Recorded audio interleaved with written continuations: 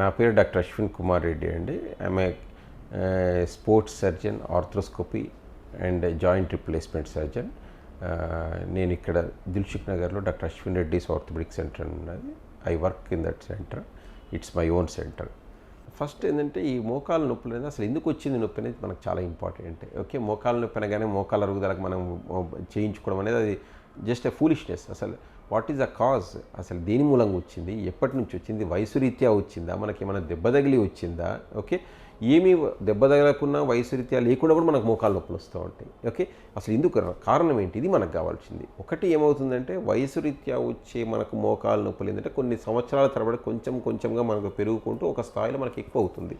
అప్పుడు మనకి ఏంటంటే వయసు రీత్యా వచ్చిన మోకాలు నొప్పులు అంటాము. దీనికి సంబంధించిన ట్రీట్మెంట్ ప్రక్రియలు చాలా ఉన్నాయి. అంటే ఏ స్టేజ్లో మనం దీన్ని డయాగ్నైజ్ చేస్తామండి.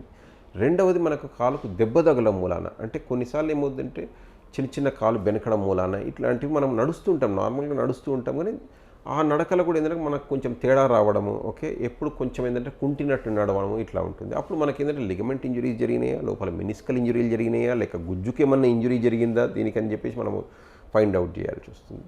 ఇంకో ప్రక్రియ, ఏ కారణం కూడా మనకు లేకుండా శరీరంలో ఎక్కడన్నా ఇన్ఫెక్షన్ ఉన్నప్పుడు, మనం ఎప్పుడైనా జ్వరంతో బాధపడినప్పుడు, లేకపోతే మూత్రనాళాలు మనకి ఇన్ఫెక్షన్ లాంటివి ఉన్నప్పుడు కూడా మనకి ఏంటంటే మనకు మోకాళ్ళ లోపల కానీ కీళ్ళు కానీ మనకు వాపు వచ్చి లోపల నీరు చేయడం జరుగుతుంది. ఆ కారణంతో కూడా మనకు కీళ్ళ నొప్పులు వస్తాయి. అది కాకుండా రకరకాల జబ్బులు, రుమటాయిడ్ ఆర్థరైటిస్ కానీ, ఎస్ఎల్ఈ కానివ్వండి, సోరియాటిక్ ఆర్థరైటిస్ కానివ్వండి, అంటే శరీరంలో వేరే భాగాలకు సంబంధించిన జబ్బులు ఉన్నప్పుడు కూడా అది మనకు కీళ్ళ లోపల, జాయింట్ లోపల మేనిఫెస్ట్ అవుతుంది. ఆ కారణాల ద్వారా మనకు మోకాలు నొప్పులు వచ్చినాయి. ఓకే, ఈ రీజన్ మనం అనేది first we have to get a diagnose. అన్నిటికీ ఏంటంటే నీ రీప్లేస్మెంట్ అనేది పరిష్కారం కాదు.